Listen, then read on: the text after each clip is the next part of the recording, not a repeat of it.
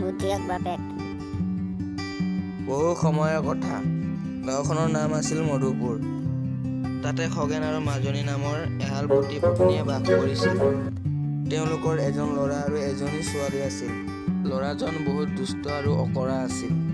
সি স্কুলত গৈ পঢ়া শুনা বাদ দি খেলা ধূলাতে ব্যস্ত আছিল। সি এটা শ্ৰেণীতে দুবাৰ তিনিবাৰকৈ ফেল কৰিছিল। মোৰ নিচিনাকৈ কোনোৱে জঁপিয়াব নোৱাৰে। দুবাৰ তিনিবাৰকৈ এটা শ্ৰেণীতে পঢ়ি আছে, ক্লাছ নহ'লে জঁপিয়াই ফুৰিবলৈ। এনেকৈ স্কুলৰ লগৰবোৰে তাক ঠাট্টা কৰিছিল।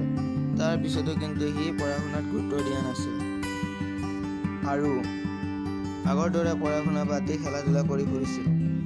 আৰু ৰাতি পঢ়িবলৈ বহিলে টোপনি ভাগৰ আৰু বিভিন্ন ধৰণৰ বেমাৰে আগুৰি ধৰে। আৰু সি ভাবি থাকে কাইলৈ কি খেলিম, স্কুলত যাই কি কৰিম।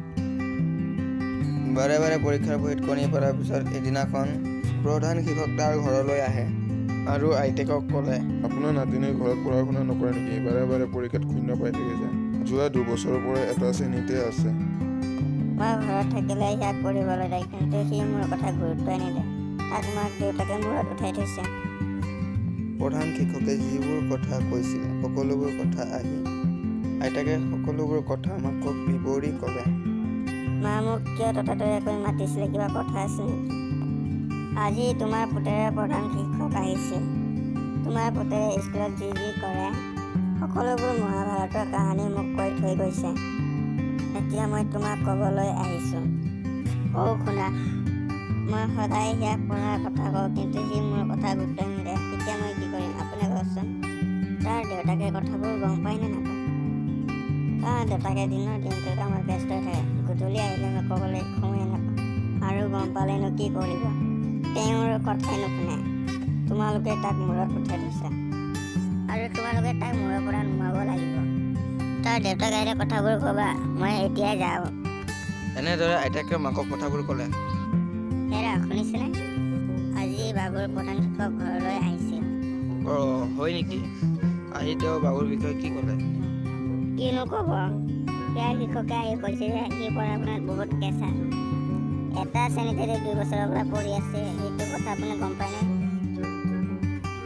মা, মই দেখা পাইছো দাদা পঢ়িবলৈ বহিলে কৈ থাকে। ইমান দিনৰ পৰা পিছে মোক কথাষাৰ কিয় কোৱা নাই? মই কথাষাৰ আপোনাক ক'ব খোজো, কিন্তু দাদাই কথাষাৰ ক'ব নিদিয়ে। কথাষাৰ হেডছাৰৰ পৰা ইকানে সিকানে বাগৰি সকলোৰ কাণত পৰিছে। ঘৰতো মা দেউতাই গম পাইছে। ইয়াৰ পৰা হাত সাৰিবলৈ এটা উপায় ওলাব লাগিব। তুমি বোলে স্কুলৰ বহীত শূন্য পোৱা? কোনে কৈছে আপোনাক? এতিয়ালৈ আমাৰ পৰীক্ষা বহী দিয়াই নাই। তুমি ইমান মিছা কথা কিয় কোৱা? নাই, মই মিছা কথা কোৱা নাই। আপোনাক কোনোবাই মিছাকৈয়ে কৈছে।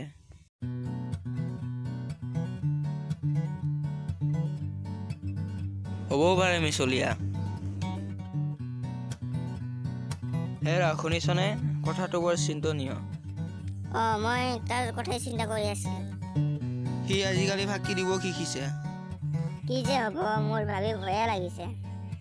তুমি চিন্তা নকৰিবা, মই এটা বুদ্ধি বিচাৰি পাইছোঁ। এই বুলিয়ে তাৰ দেউতাকে ভাবি চিন্তি এটা বুদ্ধি উলিয়ালে। তাক ভূত হৈ ভয় খুৱাব আৰু ক'ব, যদি তই নপঢ়া তোক মই ধৰি লৈ যাম। বুদ্ধিমতে কাম হ'ল। এদিনাখন শুই থাকোঁতে তাৰ দেউতা ভূতৰ ভাও জৰি তাৰ ওচৰলৈ গ'ল।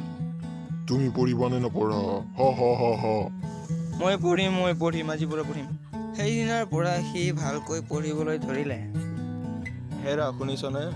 এইবাৰ আমাৰ বাবুৰ ৰোল নম্বৰ 1 হৈছে। এইদৰে সি এটা শ্ৰেণীৰ পৰা এটা শ্ৰেণীলৈ আগুৱাই যাবলৈ ধৰিলে। মা, কোনে বনাইছে? ইমান ধুনীয়া হৈছে। ময়ে বনাইছোঁ, আৰু তুমি ভালকৈ পঢ়া আৰু ধুনীয়া ধুনীয়া বনাই দিম। এতিয়াই মোৰ চিন্তা মনৰ পৰা আঁতৰি গ'ল।